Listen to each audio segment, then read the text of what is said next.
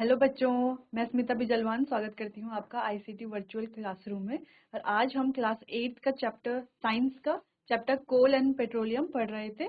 आज हम उसको ही आगे कंटिन्यू करेंगे। ठीक है, तो पहले हम इसका थोड़ा क्विक रिवीजन कर लेते हैं। हमने क्या क्या पढ़ा था कोल एंड पेट्रोलियम में। उसके बाद हम आज का अपना जो हमारा नया टॉपिक था नेचुरल गैस वो पढ़ेंगे। ठीक है, चलिए। पहले हमने पढ़ा था रिसोर्सेज क्या होते हैं। रिसोर्सेज क्या होते हैं? रिसोर्सेज क्या होते हैं?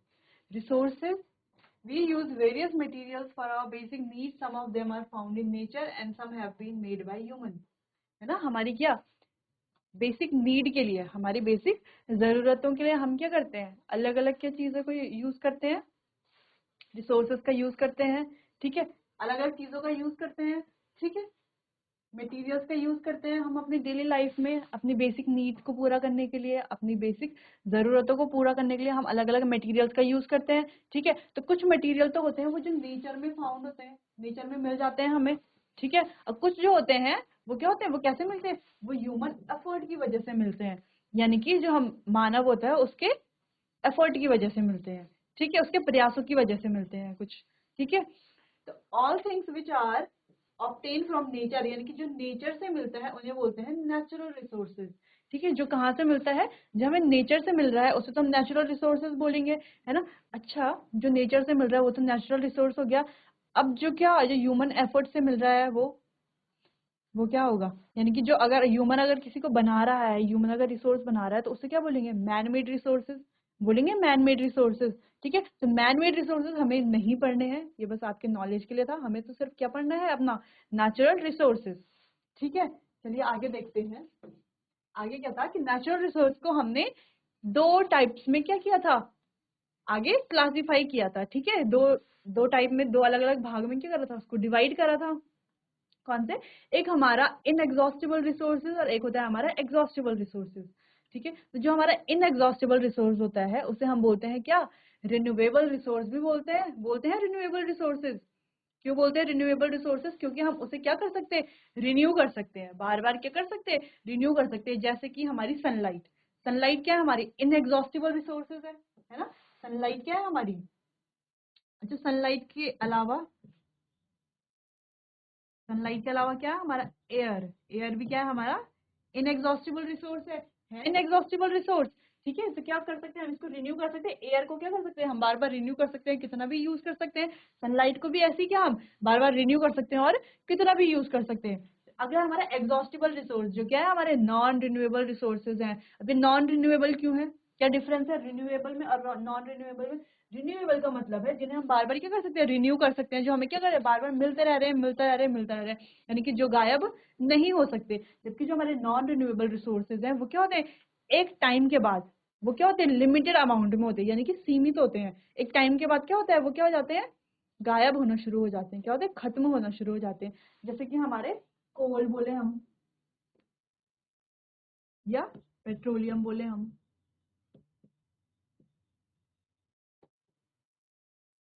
अच्छा, क्यों ये, हमें पता है ये रिन्यूएबल तो क्यों है, क्योंकि हमें नेचुरली मिल रहे हैं। नेचर से क्या है, नेचुरली मिल रहे हैं। सनलाइट क्या है, हमें डेली मिल सकती है, एयर हमें डेली मिल सकती है, इसलिए हम इसको बोल सकते हैं कि ये रिन्यूएबल रिसोर्सेज है।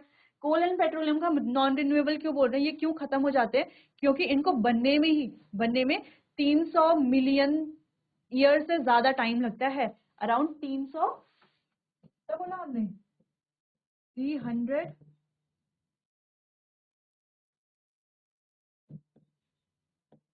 मिलियन। ठीक है, यानी कि 300 मिलियन से ज्यादा क्या लगता है, टाइम लगता है। 300,000 साल भी बोल सकते हैं हम। ठीक है, 300,000, 300, सॉरी 300। ठीक है, कितना टाइम लगता है, 300 मिलियन ईयर्स का जो है हमें टाइम लगता है। ठीक है, इतने टाइम बाद क्या होते हैं, ये रिसोर्सेज हमारे बनते हैं। जब वो इतने टाइम बाद बनेंगे, ठीक है, अगर हम सारे एक्सटिंक्ट कर देंगे, सारे क्या कर देंगे, यूज कर देंगे, तो सारे क्या हो जाएंगे, खत्म हो जाएंगे, खत्म हो जाएंगे। फिर 300 साल बाद, 300 मिलियन साल बाद बनेंगे। ठीक है, आगे देखते हैं हमारा। ठीक है, अभी हमने पढ़ लिया एग्जॉस्टिबल और इनएग्जॉस्टिबल रिसोर्सेज।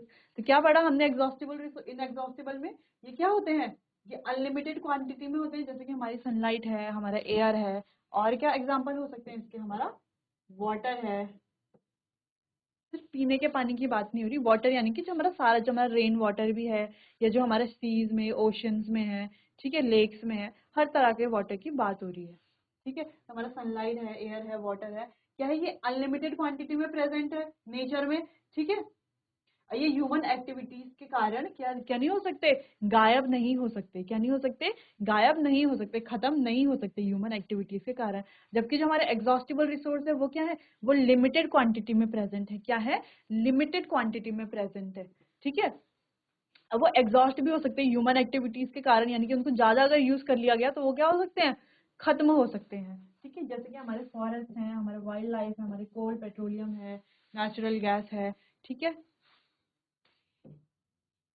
अगला जो हमारा नेचुरल रिसोर्सेज है, जैसे कि हमारा कोल, पेट्रोलियम, नेचुरल गैस, ये किस चीज से बनते हैं, dead remains of living organism, living organism के डेड रिमेन से बनते हैं। ठीक है, इसलिए इनको क्या बोला जाता है, फॉसिल फ्यूल बोला जाता है। ठीक है, क्वेश्चन आएगा फॉसिल फ्यूल क्यों बोला जाता है, क्यों बोला जाता है, क्योंकि ये किस चीज से बनते हैं, जो लिविंग ऑर्गेनिजम्स होते हैं उनके डेड रिमेन से बनते हैं। ठीक है, अगला कोल, कोल के बारे में हमने क्या देखा था, कोल क्या होता है, कोल हार्ड होता है स्टोन की तरह। ठीक है, ब्लैक कलर में होता है, ये क्या होता है, फ्यूल की तरह यूज करते हैं हम इसे खाना बनाने के लिए। दूसरा, अर्लियर यानी कि पहले के टाइम में ये किस किस चीज में यूज होता था, इंजन को रन कराने में यूज होता था, रेलवे इंजन को, है ना, रेलवे इंजन को रन कराने में यूज होता था।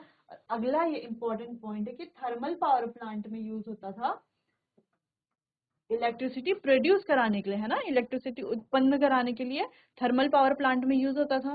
ठीक है, coal is also use in as a fuel in various industry, अलग अलग इंडस्ट्रीज में ये किसके लिए, किसकी तरह काम करता है, एक फ्यूल की तरह काम करता है। ठीक है, फ्यूल यानी कि, फ्यूल से क्या समझे आप लोग, फ्यूल यानी कि जैसे हम है, ठीक है, हमारी बॉडी है, तो हमारी बॉडी को दिन भर काम करने के लिए क्या चाहिए होता है, खाना पानी चाहिए होता है, वो हमारा क्या होता है, फ्यूल होता है ना, उसके बिना क्या होता है, हम आगे काम नहीं कर सकते। वैसे ही क्या होता है, जो अलग अलग इंडस्ट्रीज हैं उनके क्या होते हैं, फ्यूल होते हैं, तो कोल क्या करता था, फ्यूल की तरह एक्ट करता था अलग अलग इंडस्ट्रीज के लिए। ठीक है, आगे स्टोरी ऑफ कोल को भी हमने कल क्या कर लिया था, अच्छे से डिस्कस कर लिया था। अब इसको एक क्विक रिकैप ले लेते हैं इसका, यानी कि इसको एक बार जरा क्विक डिस्कस कर लेते हैं कि 300 साल पहले क्या हुआ था। 300 साल पहले एक घना, हमारे पास क्या हुआ करता था, घने फॉरेस्ट हुए करते थे, है ना, घने जंगल हुए करते थे। लेकिन कुछ क्या, प्राकृतिक आपदाओं के कारण, जैसे कि फ्लड, फ्लड यानी कि बाढ़ आ जाने के कारण, या और भी हम कोई प्राकृतिक आपदा की बात कर सकते हैं, कोई भी ले सकते हैं हम, अर्थक्वेक बोल सकते हैं, या कोई भी और प्राकृतिक आपदा बोल सकते हैं। ठीक है, उनके कारण क्या हुआ, जो फॉरेस्ट है वो क्या हो गया, बरीड अंडर द सॉइल, यानी कि वो मिट्टी के अंदर क्या हो गए, दफन हो गए। ठीक है, एज मोर सॉइल डिपॉजिटेड ओवर देम, फिर क्या हुआ, धीरे धीरे उन जो वो क्या हुए, धरती के अंदर क्या हो गए, बरी हो गए। ठीक है, यानी कि धरती के अंदर क्या हो गए, दफन हो गए। तो उसके ऊपर क्या हुआ, और ज्यादा सॉइल क्या हुई, उनके ऊपर आती गई। जब उनके ऊपर और ज्यादा सॉइल आती गई, तो वो जो जो धरती के अंदर जो क्या पेड़ पौधे जो क्या हुए थे, समा गए थे, वो क्या हो गया, और अंदर अंदर चले गए। जब वो और डीपर और डीपर अर्थ में चले गए, ठीक है, तो क्या हुआ, वो कंप्रेस हो गए, और जो उनका टेम्परेचर था वो भी क्या हो गया, रोज हो गया, यानी कि इंक्रीज हो गया, बढ़ गया, टेम्परेचर भी क्या होने लग गया, धीरे धीरे बढ़ने लगा।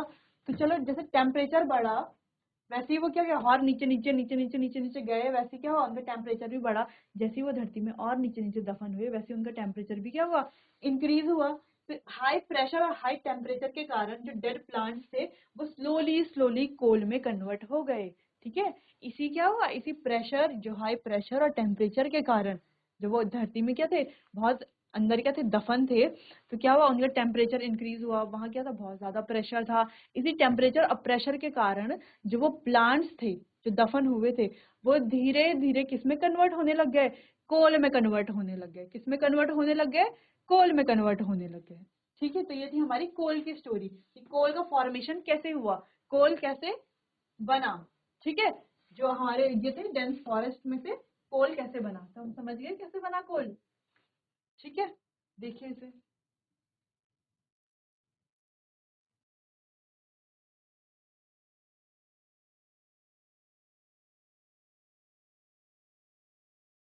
ठीक है, तो ये सच तो हमने क्या कर ली, कोल की स्टोरी समझ ली। ठीक है, आगे देखते हैं। इस तरीके से हमारे पास क्या होती है, कोल माइन होती है ना, कोयले की क्या जो खान होती है वो इस तरीके से होती है, दिखती है इस तरीके से, देखिए इस पिक्चर को आप ध्यान से देखिए। आगे देखते हैं कोल क्या होता है। अब कोल के बारे में थोड़ा पढ़ लेते हैं। अभी तक हमने क्या पढ़ा कि कोल कैसे बनता है, ये हमने पिछले लेक्चर में भी पढ़ लिया था, अभी हम इसको रिवाइज कर रहे हैं। ठीक है, कोल क्या होता है, कोल कंटेन्स, कोल में ज्यादातर कोल में क्या पाया जाता है, क्या होता है कोल में, कार्बन। क्या होता है कोल में, carbon. The slow process of conversion of dead vegetation into coal is called carbonisation. जो प्रोसेस, कौन सी प्रोसेस, जिसमें क्या होता है, जो हमारे डेड वेजिटेशन यानी कि वनस्पति होती है वो कोल में कन्वर्ट होती है। जो हमारी क्या होती है वनस्पति, हमने बताया था कि क्या होता है, जो फॉरेस्ट हुआ वो किसी प्राकृतिक, जो हमारा डेंस घना जंगल था वो किसी प्राकृतिक आपदा के कारण क्या हुआ, मिट्टी में क्या हो गया, दफन हो गया, धंस गया। फिर धीरे धीरे उसके ऊपर क्या हुई, और ज्यादा मिट्टी की लेयर आई, तो और ज्यादा मिट्टी की लेयर आई तो वो और नीचे नीचे क्या हुआ, कंप्रेस हुआ। ठीक है, जब वो और नीचे नीचे कंप्रेस हुआ तो क्या हुआ, वहाँ क्या हुआ, टेम्परेचर इंक्रीज हुआ, बहुत ज्यादा प्रेशर हुआ ऊपर से, क्योंकि इतनी ज्यादा मिट्टी की लेयर से वहाँ नीचे प्रेशर भी क्रिएट होगा, है ना। टेम्परेचर तो होता ही है अर्थ की, क्या जो लेयर्स होती है अंदर, वहाँ क्या होता है, टेम्परेचर हाई होता है। ठीक है, तो इस हाई और टेम्परेचर और प्रेशर के कारण क्या होता है, हमारा क्या होता है, जो वो क्या थे हमारे, जो हमारा डेंस फॉरेस्ट था वो किस में कन्वर्ट होता है, स्लोली स्लोली कोल में कन्वर्ट होता है। तो यहाँ पे भी ये बोल रहे हैं कि जो स्लो प्रोसेस होती है, कौन सी प्रोसेस होती है, जो कन्वर्जन की जो प्रोसेस होती है, वो जो क्या होता है, वो जो डेड डेड जो हमारा वो क्या होता है, वो दफन हुआ वनस्पति होता है, वो क्या होता है, धीरे धीरे कोल में कन्वर्ट होता है। तो उस प्रोसेस को क्या बोला जाता है, उस प्रोसेस को बोला जाता है कार्बनाइजेशन। क्या बोला जाता है, कार्बनाइजेशन। ठीक है, since it was formed from the remains of vegetation, coal is also called as a fossil fuel। जब हमें पता है कि ये किससे होता है, वेजिटेशन के रिमेन से क्या होता है, बनता है, तो इसे क्या बोला जाता है, फॉसिल फ्यूल भी बोला जाता है। क्या बोला जाता है, फॉसिल फ्यूल भी बोला जाता है। ये हम पहले पढ़ चुके हैं, फॉसिल फ्यूल किसे बोला जाता है। When heated in air coal burns and produce mainly carbon dioxide. और जब कोल को क्या होता है, हीट करते हैं, हम हीट करते हैं इन एयर, तो तब क्या होता है, कोल बर्न होता है, जो हम कोल को क्या करते हैं, हीट करते हैं। अच्छा, हीट करते हैं तो एयर तो रहेगी। ठीक है, एयर क्या रहेगी, हमारी रहेगी। जब हम हीट करते हैं तो एयर से क्या होता है, वो किसमें मदद करता है, हीट को और आगे प्रोसेस करने में मदद करता है। ठीक है, तो हीट करेंगे तो कोल बर्न होगा, होगा कोल कोल बर्न। तो क्या बनाता है, मेनली क्या प्रोड्यूस करता है, जब कोल जलता है तो उससे कौन सी गैस निकलती है, कार्बन डाइऑक्साइड गैस निकलती है। कौन सी गैस निकलती है, ये हमारा क्वेश्चन भी होता बन जाता है, फिल इन द ब्लैंक से क्वेश्चन भी बनता है, वन वर्ड का क्वेश्चन भी बनता है कि जब कोल बर्न होता है तो वो कौन सी गैस को प्रोड्यूस करता है। ठीक है, और ये किसकी प्रेजेंस में, एयर की प्रेजेंस में बर्न होता है। ठीक है, और क्या प्रोड्यूस करता है, कार्बन डाइऑक्साइड प्रोड्यूस करता है। बहुत सारा कार्बन डाइऑक्साइड क्या करता है, वो बनाता है, फेंकता है, बहुत सारी गैस बनती है उसमें, कार्बन डाइऑक्साइड गैस बनती है। ठीक है, ठीक है, आगे देखते हैं। ठीक है, जब कोल को क्या किया जाता है, इंडस्ट्री में प्रोसेस किया जाता है, उससे कुछ क्या होते हैं, यूजफुल प्रोडक्ट हमें मिलते हैं। ठीक है, बहुत सारे क्या मिलते हैं हमें, अलग अलग यूजफुल प्रोडक्ट हमें मिलते हैं। ठीक है, वो प्रोडक्ट हमने कहा, जैसे कि हमारे पास कोक है, कोलतार हमें मिलता है, कोल गैस हमें मिलता है। ठीक है, कोक, कोलतार और कोल गैस, ये मेन हमारे। ठीक है, क्या मिलता है हमें, कोक,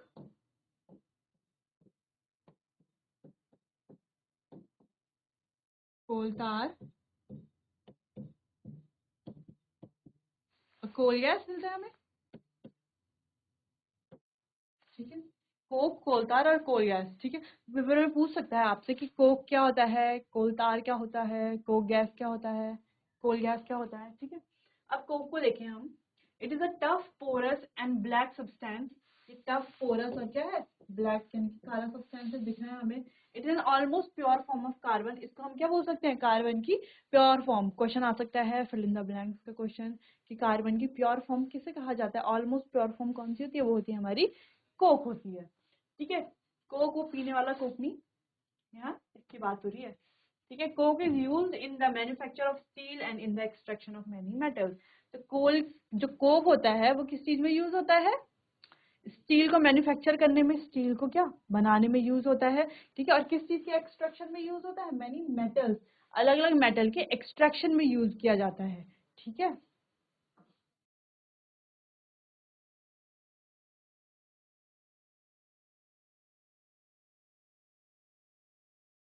ठीक है। एक्सट्रैक्शन में यूज होता है, जैसे किसी भी खनिज से धातु निकालने की प्रक्रिया होती है जो, इसी को क्या बोलते हैं, हम एक्सट्रैक्शन बोलते हैं। तो ये क्या, बहुत सारे मेटल्स यानी कि धातुओं के एक्सट्रैक्शन में काम आता है। ठीक है, चलिए आगे देखते हैं। कोल तार। अब देखिए कोल तार, अभी तक हमने कोक के बारे में पढ़ लिया, कोक कैसा होता है, ठीक है, किस चीज में यूज होता है, उसका यूज क्या होता है, ये भी हमने पढ़ लिया। अब आगे हम पढ़ेंगे कोल तार। कोल तार भी क्या है, क्या है, black thick liquid with an unpleasant smell. ये क्या है, ब्लैक थिक लिक्विड होता है, लेकिन कैसी स्मेल होती है इसकी, अनप्लीजेंट। अनप्लीजेंट यानी कि जो हमारे लिए अच्छी नहीं है, जो हमें क्या, जो हमें सूंघने में अच्छी नहीं लगती, वो क्या बोलते हैं, अनप्लीजेंट स्मेल। बहुत सारी स्मेल्स होती है, एक होती है प्लीजेंट स्मेल, खुशबूदार, यानी कि जो हमें बहुत अच्छी लगती है सूंघने में। अनप्लीजेंट, बदबूदार, जो हमें बहुत ही बेकार लगती है। ठीक है, वैसे ही कोल तार की स्मेल क्या होती है, अनप्लीजेंट स्मेल होती है। ब्लैक और थिक होता है, देख सबने कोल तार तो सबने देखा है, सबने देखा होगा जब रोड बनती है तो हमें क्या होता है, कोल तार देखने को मिलता है, कई जगहों में और भी देखा होगा कोल तार हमने। ठीक है, it is a mixture of about 200 substances. ये अराउंड क्या, 200 सब्सटेंसेस का क्या है, मिक्सचर है, मिक्सचर ऑफ 200 सब्सटेंसेस। ठीक है, अच्छा कोल तार से हमें क्या क्या प्रोडक्ट मिलते हैं, क्या क्या प्रोडक्ट हमें मिलते हैं उससे, पहले मिलते हैं हमें सिंथेटिक डाइज। क्या मिलते हैं, सिंथेटिक डाइज। फिर ड्रग्स भी मिलते हैं, अलग अलग तरह के ड्रग्स। एक्सप्लोजिव्स में भी मिलते हैं, परफ्यूम्स भी मिलते हैं, पेंट भी मिलते हैं, रूफिंग मटेरियल्स भी मिलता है। ठीक है, ठीक है, इतनी सारी चीजें किससे मिलती हैं हमें, कोल तार से मिलती है। ठीक है, अगला है naphthalene balls use to repel moths and other insect are also obtain from coal tar. ये एक इम्पॉर्टेंट पॉइंट है। नैप्थलीन बॉल्स जो हम अपने घरों में यूज करते हैं, नैप्थलीन बॉल्स यूज करते हैं अपने घरों में, जैसे कीड़े वगैरह इंसेक्ट्स को क्या हटाने के लिए कपड़ों से करते हैं नैप्थलीन। नैप्थलीन बॉल्स यानी कि जो हम कपूर यूज करते हैं अपने घरों में, क्या कहते हैं नैप्थलीन बॉल्स को, कपूर जो हम यूज करते हैं, उससे क्या करते हैं हम, कीड़े मकोड़े भगाते हैं, कपड़ों में रखते हैं कपूर को। तो वो जो कपूर है वो भी कहाँ से हमें ऑब्टेन होता है, कहाँ से हमें मिलता है, कोल तार से मिलता है। कहाँ से मिलता है, कोल तार से मिलता है। ठीक है,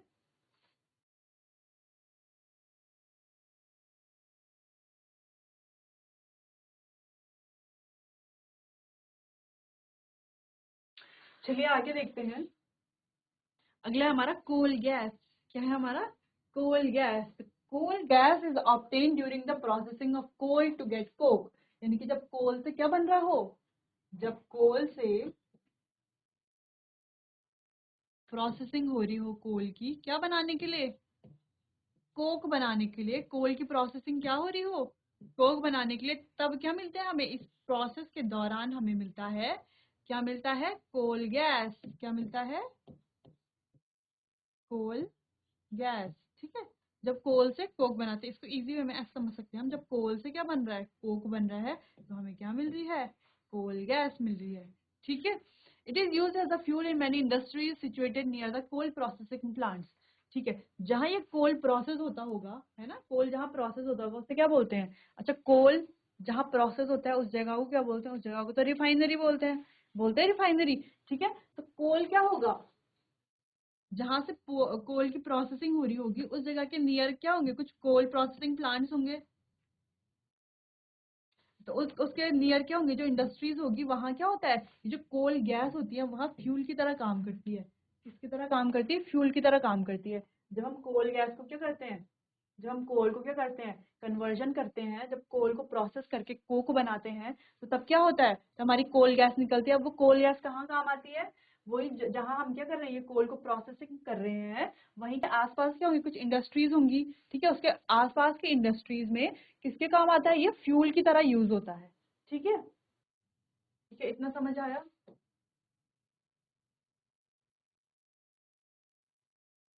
इतना समझ आया। आगे देखते हैं हम अपना पेट्रोलियम।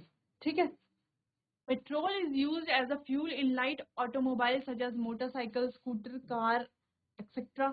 ठीक है, पेट्रोल क्या होता है, फ्यूल की तरह काम आता है, हमको पता है, फ्यूल की तरह काम आता है ना, गाड़ी चलती है किससे, पेट्रोल से, मोटरसाइकिल, स्कूटर, कार, तो क्या होता है इसका पहला मेन यूज तो ये है कि ये फ्यूल है, ठीक है। फिर heavy motor vehicles like trucks and tractors run on diesel. तो जो हैवी मोटर्स होते हैं वो किस में रन करते हैं, डीजल में। उनका फ्यूल क्या होता है, डीजल। जैसे जो लाइट ऑटोमोबाइल्स होते हैं जैसे कि मोटरसाइकिल, स्कूटर, कार, इनका फ्यूल होता है पेट्रोल। और जो भी क्या होते हैं हमारे हैवी ऑटोमोबाइल्स होते हैं या हैवी व्हीकल्स होते हैं, मोटर व्हीकल्स होते हैं, जैसे कि हमारे ट्रक होते हैं, ट्रैक्टर्स होते हैं, उनको चलाने के लिए वो किस में रन करते हैं, डीजल में रन करते हैं। Petrol and diesel are obtain from a natural resource called petroleum. और ये पेट्रोल और डीजल कहाँ से ऑब्टेन होता है, पेट्रोलियम से, ठीक है।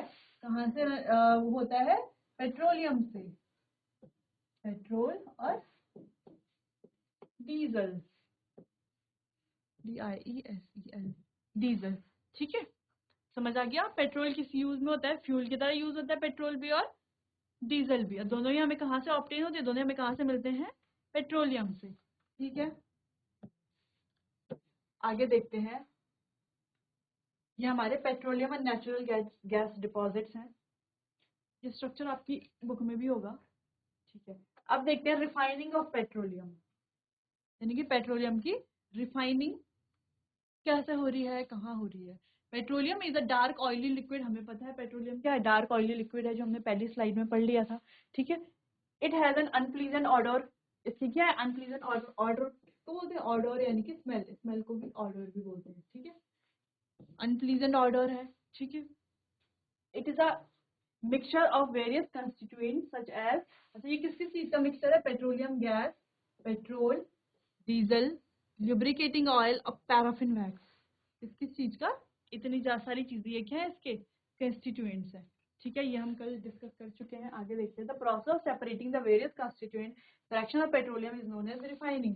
अब इन कॉन्स्टिट्यूएंट को क्या करना, सेपरेट करना, इसी प्रोसेस को क्या बोलते हैं हम, रिफाइनिंग बोलते हैं। क्या बोलते हैं, रिफाइनिंग बोलते हैं।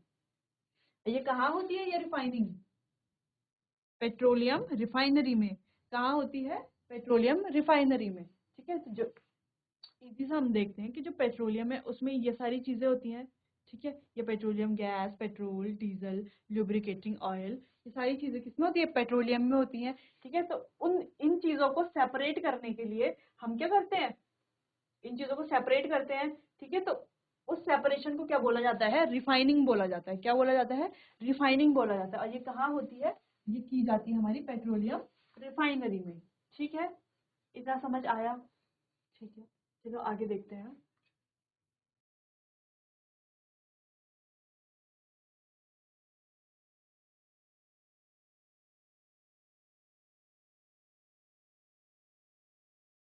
ठीक है, आगे हमारा कंस्टिट्यूएंट्स ऑफ पेट्रोलियम। पेट्रोलियम के क्या क्या कंस्टिट्यूएंट्स होते हैं, कुछ हम पीछे पढ़ चुके हैं, यहाँ पर थोड़ा और देख लेते हैं। बहुत सारे, एक होता है हमारा LPG, वो तो हमें पता है कहाँ यूज होता है, हमारे होम्स में, इंडस्ट्रीज में यूज होता है एज अ फ्यूल, है ना, फ्यूल की तरह यूज करते हैं उसको, ठीक है। जो पेट्रोल होता है, पेट्रोल भी किसकी तरह यूज होता है, फ्यूल की तरह यूज होता है, सॉल्वेंट की तरह भी यूज होता है ड्राई क्लीनिंग के लिए, ठीक है। ड्राई क्लीनिंग के लिए सॉल्वेंट की तरह यूज भी होता है। अगला हमारा कैरोसिन, किस चीज के यूज होता है, स्टोव्स के लिए यूज होता है ना, स्टोव्स में हम कैरोसिन डालते हैं, जो हमारा मिट्टी का तेल होता है। Lamps and for jet aircraft, jet aircraft में भी क्या होता है, कैरोसिन। अच्छा क्वेश्चंस आते हैं हमारे फिल इन द ब्लैंक्स में कि जेट एयरक्राफ्ट में क्या होता है, क्या डाला जाता है, क्या डाला जाता है, केरोसिन, ठीक है। बाकी हमारा diesel, fuel for heavy motor vehicles, जैसे इलेक्ट्रिक जनरेटर्स होते हैं, हमारे जनरेटर्स, इलेक्ट्रिक जनरेटर्स होते हैं, ठीक है। वहां पे क्या यूज होता है, डीजल। और हमारे हैवी मोटर जैसे कि हमारा ट्रैक्टर, ट्रक, इन चीजों में क्या यूज होता है, हमारा डीजल यूज होता है, ठीक है। बाकी लुब्रिकेटिंग ऑयल, लुब्रिकेटिंग ऑयल किसमें यूज होता है, ऑइंटमेंट बनाने में, कैंडल्स बनाने में, वैसलीन जैसी चीजें बनाने में। जैसे ग्रीस होता है, ग्रीस वो भी लुब्रिकेट करने के यूज होता है। पता है ना आपको ग्रीस क्या होता है, ग्रीस भी हमारा लुब्रिकेट करने के काम आता है ना। फ्रिक्शन, जैसे कोई दो चीजें हैं आपस में, लुब्रिकेट करने के काम आता है, ठीक है। जैसे कि हमारे कैंडल्स बनाने के यूज आता है, ऑइंटमेंट के यूज आता है, वैसलीन के यूज आता है, ठीक है। बाकी हमारा बिटुमेन, बिटुमेन किस चीज के यूज आता है, पेंट के और रोड को सरफेस देने के, रोड सरफेसिंग के यूज आता है, ठीक है। तो ये कॉन्स्टिट्यूएंट और इनके यूज आप अच्छे से पढ़ लेंगे, टेबल बना के कॉपी में इसको लिख लेंगे अच्छे से, ठीक है।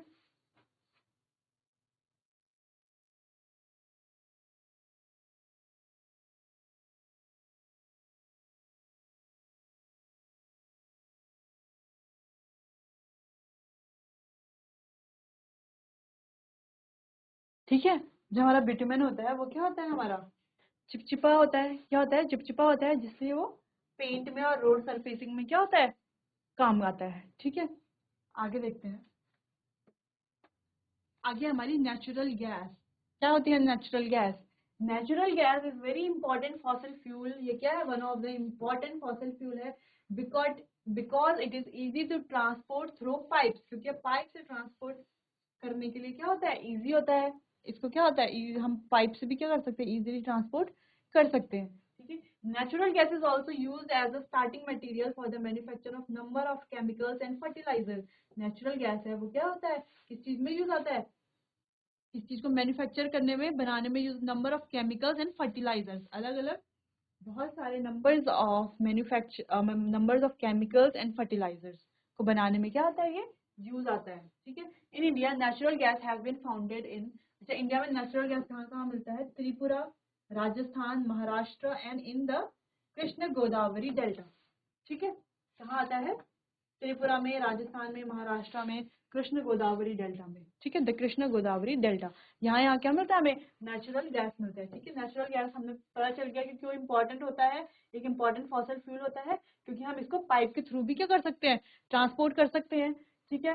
दूसरा, ये बहुत सारे केमिकल्स और फर्टिलाइजर बनाने में भी क्या आता है, काम आता है। अगला, ये इंडिया में क्या, त्रिपुरा, राजस्थान, महाराष्ट्र, कई जगहों में पाया जाता है। ठीक है, देखिए इसको।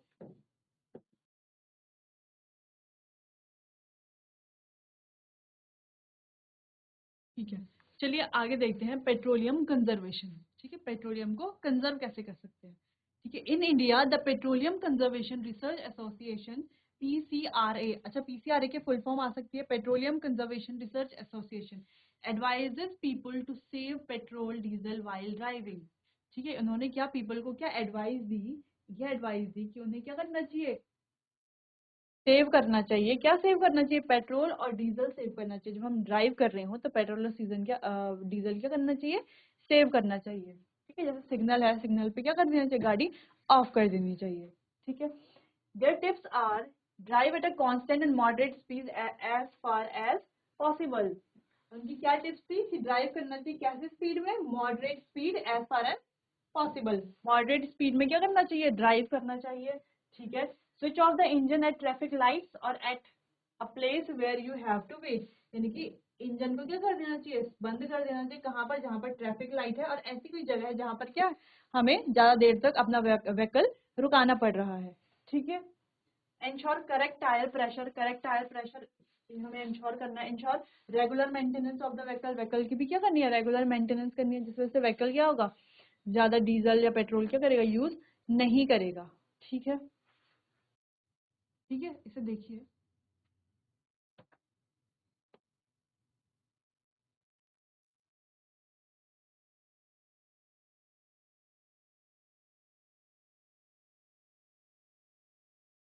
इतना समझ आया, आप अपने और क्या कर सकते हैं, अलग अलग मेथड्स भी लिख सकते हैं या और पॉइंट्स भी लिख सकते हैं कि कैसे क्या कर सकते हैं हम पेट्रोल को कंजर्व कर सकते हैं। ठीक है, कुछ पॉइंट्स तो ये हैं जो हमने यहाँ पर क्या कर लिए, डिस्कस कर लिए कि क्या करें कि कैसे कैसे हम पेट्रोल को सेव कर सकते हैं ड्राइविंग के दौरान, कैसे कैसे हम क्या पेट्रोल डीजल को सेव कर सकते हैं। ठीक है, एक तो पहला हमारा क्या है, ड्राइव एट कांस्टेंट स्पीड। ठीक है, कांस्टेंट और मॉडरेट स्पीड में क्या करना है हमको, ड्राइव करना है। ठीक है। दूसरा कि इंजन को क्या करना है, स्विच ऑफ करना है, कहाँ पर, ट्रैफिक लाइट्स में। और जहाँ पर हमको क्या करना पड़ रहा है, वेट करना पड़ रहा है, वहां पर क्या कर लो, उसको स्विच ऑफ कर लो। ठीक है। अपने व्हीकल की रेगुलर मेंटेनेंस करानी चाहिए और करेक्ट टायर प्रेशर होना चाहिए। ठीक है। तो आज हमने ये चैप्टर जो है हमारा कोल एंड पेट्रोलियम, उसको क्या कर लिया, फिनिश कर लिया, उसका अच्छे से हमने रिवीजन भी कर लिया, हमने पूरा चैप्टर भी कंप्लीट कर लिया। ठीक है। अब आप लोगों को क्या करना है, पूरे चैप्टर को क्या करना है, पढ़ना है अच्छे से, रिवाइज करना है, लर्न करना है अच्छे से। सारे चैप्टर्स को क्या करना है, इन चैप्टर्स को अच्छे से लर्न करना है। ठीक है, कि कोल की स्टोरी क्या है, पेट्रोलियम की स्टोरी क्या है, कोल कैसे बना, पेट्रोलियम कैसे बना। ठीक है, कोल कैसे बना, पेट्रोलियम कैसे बना। ठीक है। तो ये आपको क्या कर लेना है, अच्छे से याद कर लेना है। स्टोरी ऑफ कोल और स्टोरी ऑफ पेट्रोलियम, ये तो बहुत अच्छे से याद करना है, क्योंकि ये क्या होता है, ज्यादातर एग्जाम में ये क्वेश्चन पूछा जाता है कि कोल की स्टोरी बताओ या पेट्रोलियम की स्टोरी बताओ, उसके यूजेस बताओ, ठीक है, उनके कॉन्स्टिट्यूएंट्स क्या क्या है, जो कॉन्स्टिट्यूएंट्स हैं उनके यूजेस क्या क्या है, वो सारी चीजें बताइए। तो इसको आप क्या कर लेंगे, अच्छे से लर्न कर लेंगे और अच्छे से लिख लेंगे, नोट्स बना लेंगे अच्छे से अपने कॉपी पे।